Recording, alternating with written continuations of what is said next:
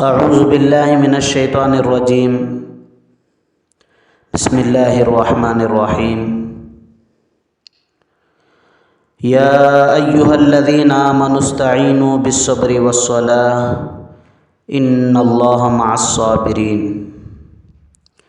اے ایمان والو، صبر اور نماز سے مدد لیا کرو، بے شک اللہ صبر کرنے والوں کے ساتھ ہے۔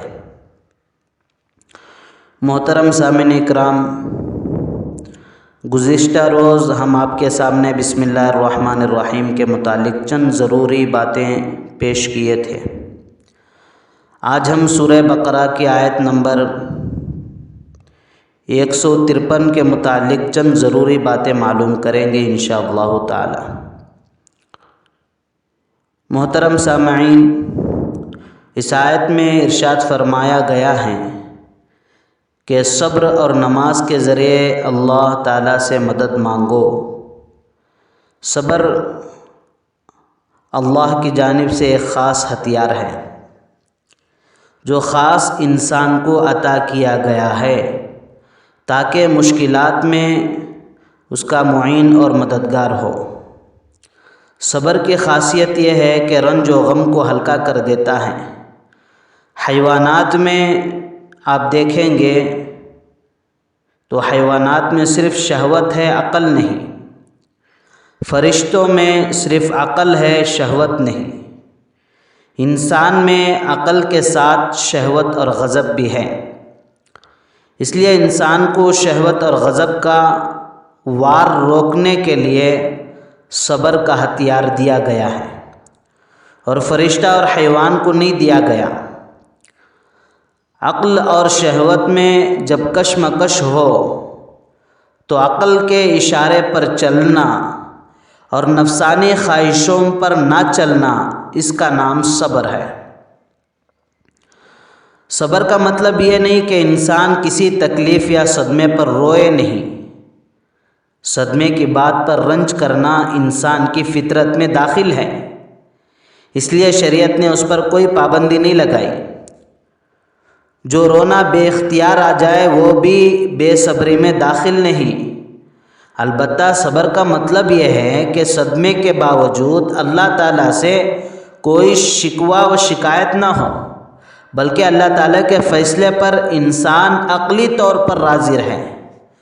اس کی مثال ایسی ہی ہے جیسے کوئی ڈاکٹر آپریشن کرے تو انسان کو تکلیف تو ہوتی ہے، اور بعض اوقات اس تکلیف کی وجہ سے انسان بے ساختہ چلا بھی اٹھتا ہے، لیکن اسے ڈاکٹر سے شکایت نہیں ہوتی، کیونکہ اسے یقین ہے کہ وہ ڈاکٹر جو کچھ کر رہا ہے اس کی ہمدردی میں اور اس کی مصلحت کے خاطر کر رہا ہے۔ اللہ تعالیٰ بندے کو آزمائش میں ڈال کر یہ چاہتے ہیں کہ بندہ دنیا سے گناہوں سے پاک و صاف ہو کر آ جائے۔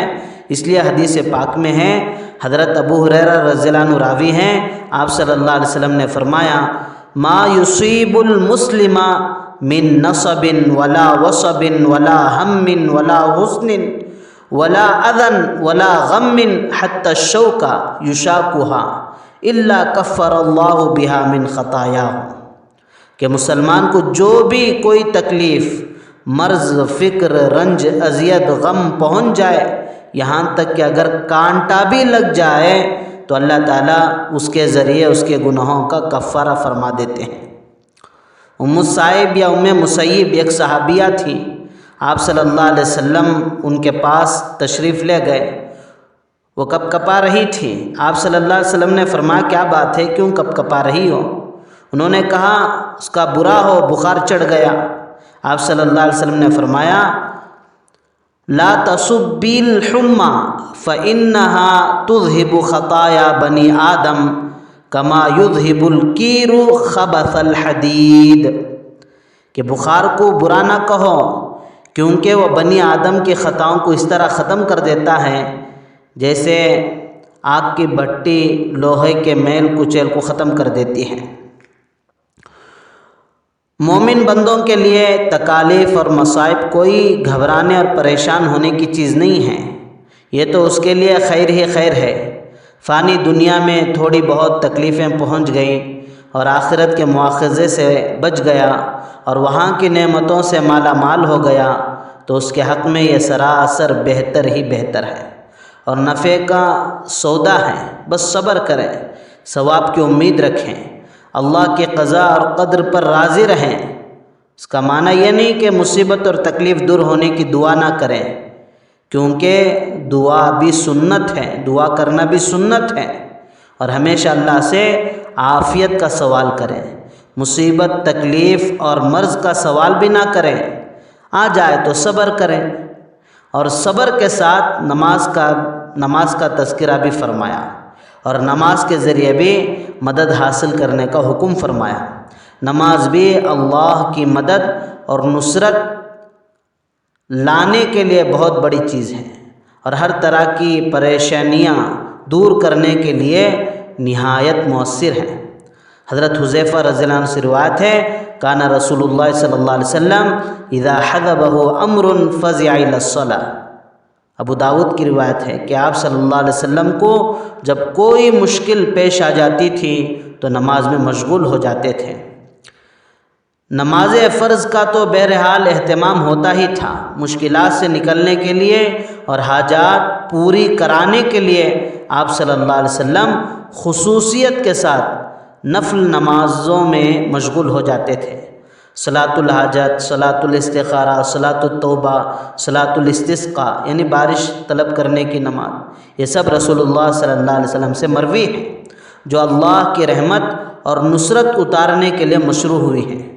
لوگوں کا یہ طریقہ ہے کہ کوئی مصیبت آ جائے دنیا بھر کی تدبیریں کرتے ہیں اور مخلوق سے مدد چاہتے ہیں، لیکن صبر اور نماز کو مدد حاصل کرنے کا ذریعہ نہیں بناتے، بلکہ اس کے برعکس بے صبری کرتے ہیں، اور تھوڑے بہت چند افراد جو نمازیں پڑھتے ہیں وہ فرض نمازیں بھی چھوڑ بیٹھتے ہیں۔